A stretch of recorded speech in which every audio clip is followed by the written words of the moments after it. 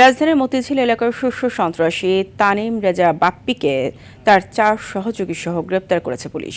উদ্ধার করা হয়েছে কয়েকটি বিদেশি অস্ত্র।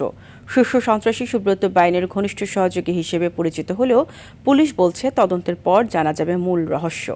এদিকে 2 মাস পেরোলেও এখনও শীর্ষ সন্ত্রাসী টিটন হত্যায় একজনকেও গ্রেপ্তার করতে না পারার বিষয়ে জানতে চাইলে পুলিশ জানায় চেষ্টা চলছে। শাকিবুর রহমানের রিপোর্ট। 2024-এর 5 আগস্টের পর একের পর এক হত্যাকাণ্ডে নাম আসতে থাকে আন্ডারওয়ার্ল্ড সদস্যদের। এসব হত্যার ঘটনায় বেশ কয়েকজন গ্রেফতার হলেও ধরাছোঁয়ার বাইরে তালিকাভুক্ত শীর্ষ সন্ত্রাসীরা। শুক্রবার রাতে রাজধানীর কমলাপুর থেকে গ্রেফতার করা হয় শীর্ষ সন্ত্রাসী সুব্রত বাইনের ঘনিষ্ঠ সহযোগী ও তার অস্ত্রভাণ্ডারের অন্যতম নিয়ন্ত্রক হিসেবে পরিচিত তানিম রেজা বাপ্পিকে। যদিও পুলিশ বলছে বাপ্পি কার অধীনে কাজ করত তদন্তের পর তা জানা যাবে। মিডিয়া সেন্টারে ব্রিফিংয়ে এসব কথা জানান ডিএমপির অতিরিক্ত কমিশনার ওসমান গনি। তাদের সহযোগীকে তারা কার আন্ডারে কাজ করতেছে এগুলি আমরা বিস্তারিত তদন্ত করে দেখতেছি।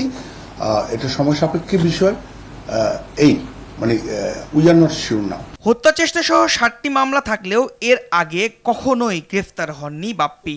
একটি বিদেশি রিভলভার, 2টা বিদেশি পিস্তল, 5 রাউন্ড রিভলভারের গুলি, 2 রাউন্ড পিস্তলের গুলি, একটি ইলেকট্রিক শটগান ও একটি বিদেশি কোরাল উদ্ধার করা হয়। দীর্ঘদিন ধরে মতিঝিল, সবুজবাগ এই বেল্টে এই কার্যক্রমগুলি চলমান রেখেছিল, সন্ত্রাসী কার্যক্রম। এর আগে অ্যারেস্ট হয়নি। এদিকে 2 মাসেও আরেক শীর্ষ সন্ত্রাসী খন্দকার নাইম আহমেদ টিটন হত্যায় কাউকে গ্রেফতার করতে পারেনি আইন শৃঙ্খলা বাহিনী। যদিও পুলিশের দাবি দ্রুতই আসামিদের আইনের আওতায় আনা হবে।